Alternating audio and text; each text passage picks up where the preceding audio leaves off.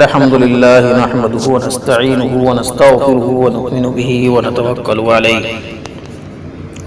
ونعوذ بالله من شرور أنفسنا أو من سيئات أعمالنا من يهده الله فلا مضل له ومن يضلل فلا هادي له ونشهد أن سيدنا وحبيبنا ومولانا محمد صلى الله على النبي الكريم محمد وآله وأصحابه أجمعين.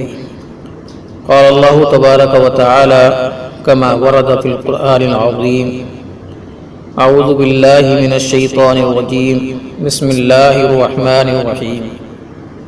أرأيت الذي يكذب بالدين فذلك الذي يدعو اليتيم ولا يحض على طعام المسكين وويل للمصلين الذين هم عن صلاتهم ساهون الذين هم يراءون ويمنعون الماعون. صدق اللہ العظیم. اللہ کے فضل و کرم سے آج ہم سورہ ماعون کا مطالعہ کر رہے ہیں. جیسا کہ آپ جانتے ہیں ان مجالس میں منتخب درس قرآن ہو رہا ہے، تو اب یہ سورت ہے سورہ ماعون. اس میں اللہ تعالیٰ ارشاد فرماتے ہیں: أَرَأَيْتَ الَّذِي يُكَذِّبُ بِالدِّينِ. آپ نے دیکھا ان لوگوں کو جو دین کی تکذیب کرتے ہیں، جو اس دن کی تکذیب کرتے ہیں جس دن کے انسان کو جزا اور سزا دی جائے گی. فَذَلِكَ الَّذِي يَدْعُو الْيَتِيمِ. بس یہی وہ لوگ ہیں جو یتیم کو دھتکارتے ہیں. وَلَا يَحُضُّ عَلَى طَعَامِ الْمِسْكِينِ. اور مسکین کے کھانے پر کسی کو تاکید نہیں کرتے. وَوَيْلٌ لِّلْمُصَلِّينَ الَّذِينَ هُمْ عَنْ صَلَاتِهِمْ سَاهُونَ. تو ہلاکت ہو ان نمازیوں کے لیے جو کہ اپنی نماز میں غفلت اختیار کرتے ہیں، غفلت برتتے ہیں. الذین هم یراؤون. اور جو لوگ دکھلاوا کرتے ہیں. ویمنعون الماعون. اور برتنے والی چیز کو منع کرتے ہیں، انکار کرتے ہیں. ماقبل کی صورت سورہ قریش میں قریش پر خاص انعامات کا ذکر تھا، اور ان انعامات کو یاد دلا کر ان کو رب البیت کی بندگی کی دعوت دی گئی. اس میں بتلایا کہ اللہ نے تمہارے اوپر اتنے احسانات کیے ہیں، اور یہ تمام کے تمام تمہیں نعمتیں جو میسر حاصل ہے، امن و امان حاصل ہے، عزت حاصل ہے، تو اس گھر کی وجہ سے ہے، کیونکہ یہ اللہ کا گھر ہے. تو جب اس گھر کی وجہ سے تمہیں عظمت حاصل ہے تو تم اسی رب کی عبادت کرو جو اس گھر کا مالک ہے. اور اس صورت میں قریش کے وہ امراض روحانیہ بیان کیے جا رہے ہیں جو ان کے لیے دنیا اور دین کی سعادت سے محرومی کا باعث بنے. یہ تمام کی تمام چیزیں جو ان کے اندر بیماریاں ہیں، ان بیماریوں کا ذکر کیا جا رہا ہے کہ جس کی وجہ سے یہ دنیا اور آخرت میں ذلیل و خوار قرار دیے گئے. خسر الدنیا والآخرہ. اس صورت مبارکہ کا شارع نزول یہ ہے: ابو جہل کی عادت تھی کہ جب کوئی مالدار آدمی بیمار ہوتا اور قریب الموت ہو جاتا، ایسا شخص جو مالدار بھی ہے اور اس وقت کا آخری وقت اس شخص کا آ چکا ہے، تو یہ اس کے پاس جاتا اور کہتا کہ تم اپنے یتیموں کو میرے سپرد کر دو، میں ان کی دیکھ بھال اور خبرگیری کروں گا، جبکہ دوسرے ورثہ ان پر ظلم کریں گے. چنانچہ اس طرح وہ یتیموں کی کفالت کے نام پر ان کے مال پر قبضہ کر لیتا اور پھر ان کو اپنے دروازے سے دھتکار دیتا۔ وہ بیچارے بھوکے ننگے مارے مارے پھرتے رہتے۔ چنانچہ ایک مرتبہ رسول اللہ صلی اللہ علیہ وسلم کی خدمت میں اس کا ستایا ہوا ایک یتیم حاضر خدمت ہوا۔ آپ صلی اللہ علیہ وسلم سے اس نے فریاد کی کہ مجھ پر ابو جہل نے ظلم کیا ہے۔ آپ صلی اللہ علیہ وسلم اس یتیم کو لے کر ابو جہل کے پاس تشریف لے گئے اور ابو جہل کو قیامت کی باز پرس سے خوف دلایا کہ دیکھو اللہ تبارک و تعالی تمہیں قیامت کے دن ایسا نہ ہو کہ تمہیں عذاب دے، لہذا اس شخص کا جو مال تم نے لیا ہے غربا کا، یتیم کا یہ مال واپس کرو۔ تو ابو جہل نے آپ کی نصیحت کے جواب میں قیامت ہی کا انکار کیا اور کہا کہ قیامت وغیرہ کچھ نہیں ہے۔ آپ وہاں سے رنجیدہ ہو کر واپس تشریف لائے۔ اسی موقع پر یہ سورت نازل ہوئی، اَرَأَيْتَ الَّذِي يُكَذِّبُ بِالدِّينِ، کہ آپ نے دیکھا ان لوگوں کو جو دین کی تکذیب کرتے ہیں۔ تو نے دیکھا جو دین کی تکذیب کرتے ہیں۔ یہاں دین کے دو معنی ہو سکتے ہیں، ایک ملت، دوسرے جزا۔ اگر ملت یعنی مذہب مراد ہو تو مطلب یہ ہوگا اے نبی صلی اللہ علیہ وسلم، کیا آپ نے اس شخص کو پہچانا جو ملت اسلام اور مذہب حق کو جھٹلاتا ہے؟ گویا کہ مذہب و ملت اس کے نزدیک کوئی چیز ہے ہی نہیں، تو کیا اس سے ایسی امید کی جا سکتی ہے کہ وہ ضرورت مندوں، معذوروں، یتیموں اور محتاجوں کے ساتھ حسن سلوک کرے گا اور اپنے رب کی عبادت میں خشوع و خضوع اختیار کرے گا؟ اس لیے کہ حقوق کی ادائیگی کی تعلیم مذہب حق ہی میں آئی ہے جس کا یہ منکر ہے۔ پر جو شخص مذہبی کا منکر ہو اس سے کسی خیر کی کوئی امید نہیں رکھی جا سکتی۔ یہ اس صورت میں ہوگا جبکہ اس سے مراد دین لیا جائے، مذہب لیا جائے۔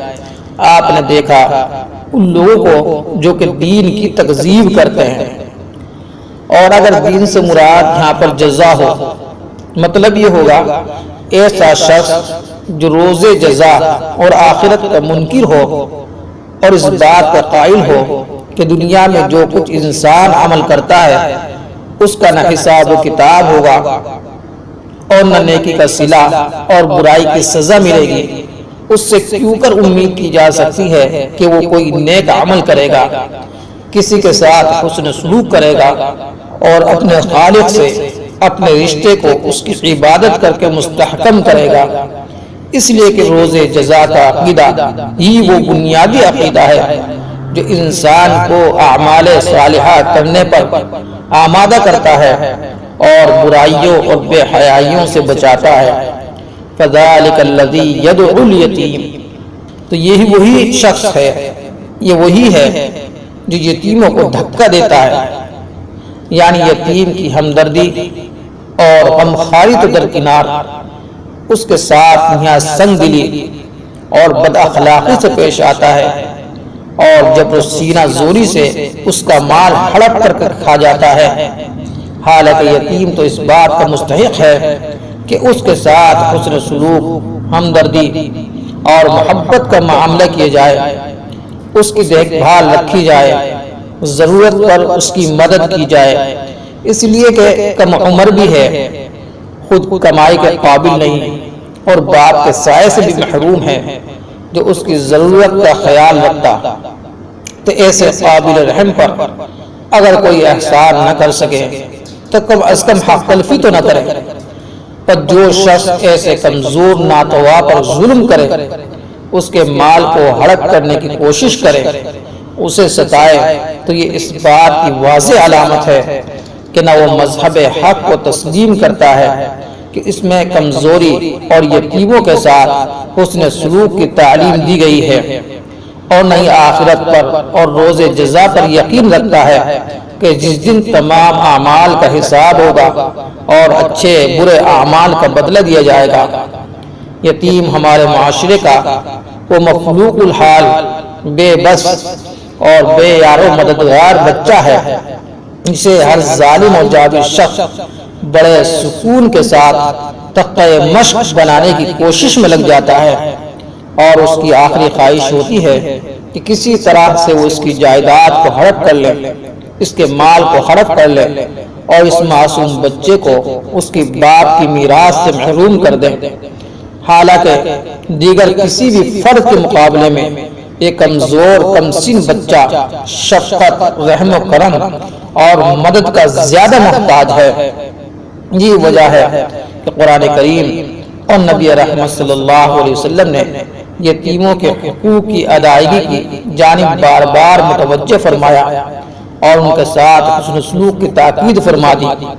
بلکہ قرآن کریم میں اللہ تبارک و تعالی نے ارشاد فرمایا، ان الذین یأکلون اموال الیتامی، بے شک وہ لوگ جو یتیموں کے مال کو کھاتے ہیں ظلماً، بے انصافی سے، انما یأکلون فی بطونہم نارا، اس کے سوا نہیں کہ وہ اپنے پیٹوں میں آگ کے انگارے بھر رہے ہیں، وسیصلون سعیرا، اور ان قریب وہ جہنم میں ڈالے جائیں گے۔ تو یہ سخت وعیدیں ہیں اللہ کی طرف سے۔ جو شخص بھی یتیموں کا مال ناحق اور ظلماً کھائے گا وہ اس وعید کا مستحق ہے۔ چنانچہ اس آیت کریمہ میں بھی یتیم کو دھتکارنے اور دھکا دینے پر وعید بیان کی گئی اور ایسے شخص کی مذمت کی گئی، وَلَا يَحُضُّ عَلَىٰ طَعَامِ الْمِسْكِينِ، اور محتاج کے کھانے پر بھی وہ تاکید نہیں کرتا، یعنی وہ ایسا سنگ دل ہے، خود تو وہ کسی غریب کو کیا دیتا، دوسروں کو بھی اس پر آمادہ نہیں کرتا، جبکہ محتاجوں اور مسکینوں کی خبر گیری اور ان کے حال پر رحم کھانا دنیا کے ہر مذہب و ملت کی تعلیم میں شامل ہے۔ وَلَا يَحُضُّ عَلَىٰ طَعَامِ الْمِسْكِينِ، اور وہ نہیں تاکید کرتا محتاج کے کھانے پر، یعنی وہ ایسا سنگدل ہے، خود تو وہ کسی غریب کو کیا دیتا، دوسروں کو بھی اس پر آمادہ نہیں کرتا، جبکہ محتاجوں اور مسکینوں کی خبر گیری اور ان کے حال پر رحم کھانا دنیا کے ہر مذہب و ملت کی تعلیم میں شامل ہے، اور ان مکارم اخلاق میں سے ہے جن کی خوبی پر تمام عقلاء اتفاق رکھتے ہیں۔ پھر جو شخص ان ابتدائی اخلاق سے بیاری ہو، سمجھو کہ آدمی نہیں جانور ہے۔ بھلا ایسے کو دین سے کیا واسطہ اور اللہ تعالیٰ سے اسے کیا لگاؤ، کیا تعلق۔ فَوَيْلٌ لِّلْمُصَلِّينَ الَّذِينَ هُمْ عَن صَلَاتِهِمْ سَاهُونَ، پھر خرابی ہے ان نمازیوں کی جو اپنی نماز سے بے خبر ہیں، الَّذِينَ هُمْ يُرَاءُونَ، اور جو دکھلاوا کرتے ہیں۔ چنانچہ حضور اکرم صلی اللہ علیہ وسلم نے فرمایا کہ جو شخص نماز پڑھے اور اس کی نیت یہ ہو، دکھلاوا مقصد ہو، تو اس شخص نے شرک کیا۔ من صلی یرائی فقد اشرک، جس شخص نے نماز دکھلاوے کے لیے پڑھی تاکہ دوسرے شخص کو یہ بات دکھلائے کہ میں نمازی ہوں، اس شخص نے شرک کیا۔ تو اب وہ شخص جو بے خبر ہے اپنے نمازوں سے، یا وہ اپنی نمازوں ہی سے جو پڑھ رہا ہے یہ چاہ رہا ہے کہ لوگ اسے نمازی کہیں، دکھلاوا کر رہا ہے، بس یہ ایسے بندے ہیں کہ نہ بندوں کے حقوق ادا کرتے ہیں اور نہ اپنے معبود حقیقی اللہ رب العزت کے۔ چنانچہ نماز جیسی اہم عبادت کے حوالے سے ایسے لوگوں کا حال یہ ہے، اولا نماز پڑھتے ہی نہیں، لیکن اگر معاشرے کے دباؤ یا کسی غرض کی وجہ سے بطور دکھلاوا نماز پڑھنے والوں کے ساتھ ہو بھی جاتے ہیں تو انتہائی لاپرواہی اور غفلت سے پڑھتے ہیں، نہ نماز کا اہتمام کرتے ہیں، نہ اس میں خشوع اور خضوع اختیار کرتے ہیں، یعنی کبھی پڑھی اور کبھی نہ پڑھی۔ اگر کبھی پڑھی تو چند جلدی سجدے کیے اور ٹکریں ماری، یہ نہیں خیال کرتے کہ نماز کس کی مناجات ہے اور مقصود اس سے کیا ہے، کس قدر اہتمام کے لائق ہے، اور صرف نمازی کیا دیگر اعمال صالحہ کی بابت بھی ان کا ہی حال ہے، اب فرض تو ادا کرتے نہیں۔ اگر ریاکاری اور نمود و نمائش کے لیے بھی کر لیا تو اس سے قطعاً خالق کی رضا مقصود نہیں ہوتی، بلکہ مخلوق کو دکھانا مقصد ہوتا ہے تاکہ لوگ یہ سمجھے ہمیں مسلمان ہے اور ہمیں دنیاوی فائدہ حاصل ہو سکے۔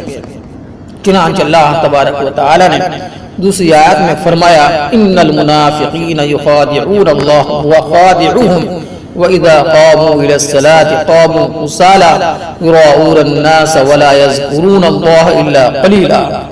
البتہ منافق دغا بازی کرتے ہیں اور اللہ سے وہی ان کو دغا دے گا، اور جب کھڑے ہو نماز کو تو کھڑے ہوتے ہیں ایسے ہارے جی سے، یُرَاءُونَ النَّاسَ لوگوں کو دکھانے کو، وَلَا يَذْكُرُونَ اللَّهَ إِلَّا قَلِيلًا اور یاد نہ کرے اللہ کو مگر تھوڑا سا۔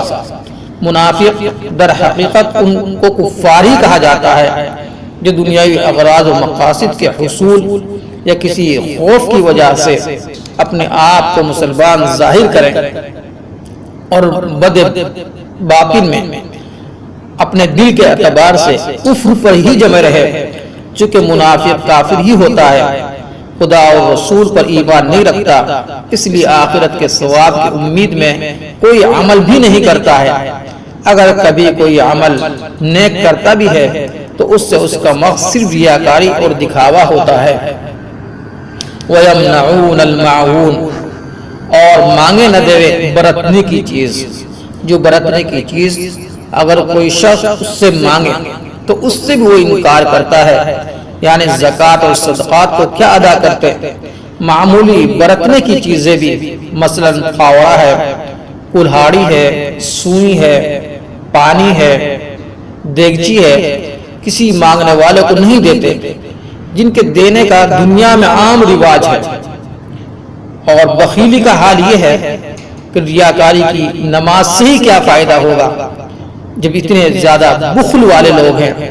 لہذا اگر ایک شخص اپنے آپ کو مسلمان نمازی کہتا ہے مگر اللہ تعالیٰ کے ساتھ اخلاص اور مخلوقات خدا کے ساتھ ہمدردی اور غم گساری نہیں رکھتا تو یقیناً اس کا اسلام صرف ظاہری رہا۔ یہ بد اخلاقی، ریاکاری اور نفس پرستی تو ان بختوں کا شیوا ہونا چاہیے جو نہ اللہ کو مانتے ہیں نہ روز جزا پر ایمان رکھتے ہیں۔ اس صورت مبارکہ میں اللہ رب العزت نے کفار اور منافقین کی بد اعتقادی اور بدعملی کو بیان فرما کر در حقیقت ہم مسلمانوں کو یہ تعلیم دی ہے کہ ان اعمال قبیحہ سے بچیں، اللہ رب العزت کی خوشنودی و رضا جوئی کے حصول کے لیے ہر عمل کریں، نہ کہ ریاکاری اور نمود و نمائش کے لیے۔ اللہ رب العزت سے اپنے تعلق کو مضبوط اور مستحکم کرنے کے لیے یہ بھی ضروری ہے کہ اس کی مخلوقات کے ساتھ بھی ہمارا معاملہ ہمدردی، نرمی، شفقت، محبت اور مدد و نصرت کا ہونا چاہیے۔ ضرورت مندوں کے ہم کام آئے، یتیموں کی خبرگیری کریں، مسکینوں کی ہم امداد کریں، پڑوسیوں کے حقوق کی رعایت کریں، ان کے ساتھ تعاون کریں۔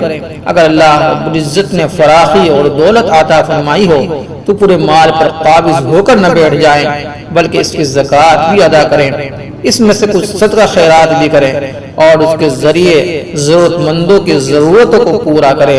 اللہ تعالی ہم سب کو اس پر عمل کرنے کی توفیق عطا فرمائے۔ بارک اللہ لنا فی القرآن العظیم ورفعنا وإیاکم بالآیات والذکر الحکیم۔